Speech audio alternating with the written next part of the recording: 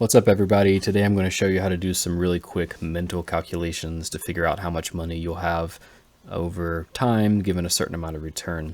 So we're basically going to use two little mental tricks here. One of these is called the rule of 72. If you're not familiar what the rule of 72 is, it basically says you take 72, divide it by your rate of return, and that's approximately the number of years that it will take your return to double. All right, so that's the first little mental trick we're going to use. The second one we're going to use is what I call the multiples. So we need to figure out the number of doublings we're going to have, from the rule of 72, and then we're going to use that to figure out what I call the multiple. So this is the amount that we're going to multiply times our value that we currently have to see how much we should have in the future. So if you double one time, that's just a multiple of 2. That should make sense because you're just doubling the money, so you're going to multiply it by 2. If you double twice, that's going to be a multiple of 4, right? Because if you go from 1, double it to 2, double it again, you're going to go to 4. All right, if we double 3 times, then you're going to get to a multiple of 8. If you double 4 times, multiple of 16. We're starting to see exponential growth here. If you're able to get 5 times, that's a big difference. That's a multiple of 32. So let's see how I would actually use this. Let's say that you've got 100K sitting in an investment and it's earning about 7% inflation adjusted every year and after fees and all that kind of stuff. And let's say that you want to let it sit for 30 years. All right, so maybe you're like 35 and this money is going to sit there till you're 65. All right, so how much is it going to be worth? And you don't want to pull out the calculator.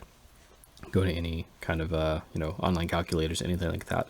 So a quick mental calculation you could do, use the rule of 72, divide it by the rate, that's 7. So that's approximately 10 years. All right, so that's the amount of time it'll take it to double. Since we have 30-year horizon, that means it can double 3 times. All right, because we go 30 years, every 10 years it doubles, so that's 3 times it's going to double. So the multiplier we're looking at here is 2 to the 3rd, which is 8. All right, so all I have to do is multiply this 100,000, multiply it times 8, and I could see that that's going to grow to approximately $800,000 in 30 years. Again, it's an approximation.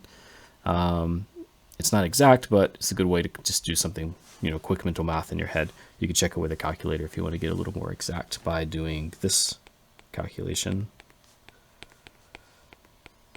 And you can see how close we actually got. All right, so something that can make the value go up is that either you need a longer time horizon or you need to have a higher interest rate. So for example, if instead of letting this money sit for 30 years, let's say that we let it sit for 40 years, well, that changes the number of doublings. That changes it to 4 doublings because we're going to, again, double every 10 years, sitting there for 40 years. So that means we got a multiplier of 16. So that $100,000, instead of going to 800,000, will go to about 1.6 million, which is a significant difference. Having that extra 10 years, it's probably easier to put the 10 years on the front if you're young. If you're older, you might have to put the 10 years on the back.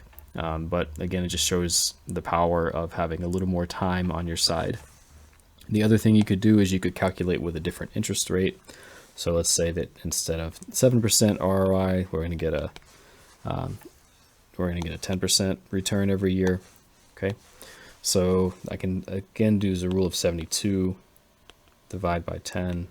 Now it's a doubling of approximately every 7 years. So if I'm still looking at that 30-year time horizon, now if I'm doubling every 7 years, I got a multiplier of approximately 4. Okay, so now I'm using the multiplier up here of 16. So that same $100,000 at a 10% return would have grown to about 1.6 million over 30 years. Again, this is just an approximation for you to do some quick mental math, not an exact value.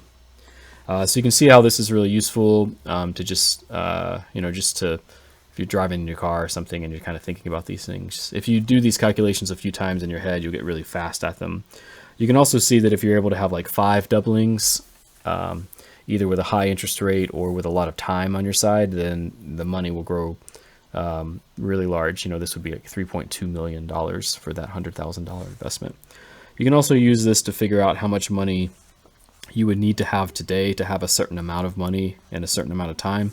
So say, for example, that you want to have $1 million, in 40 years. So you're pretty young.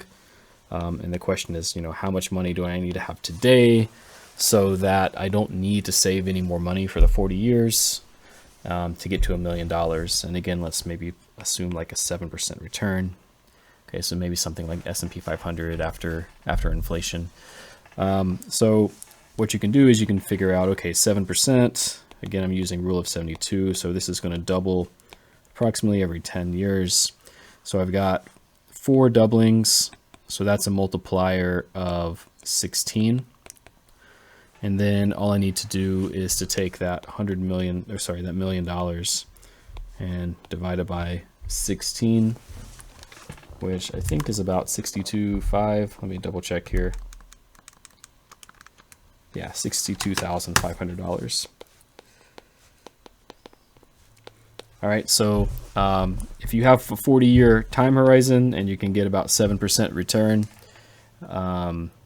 then all you would need to have is about $62,500 for it to grow to $1 million in that time frame. So this is really good for doing calculations both that direction and going back and figuring out how much money you would need to get to a certain amount. It's very useful for figuring out what some people call the coast-fi number. That is how much money you need before saving becomes optional in order to have a certain amount to retire at a particular age.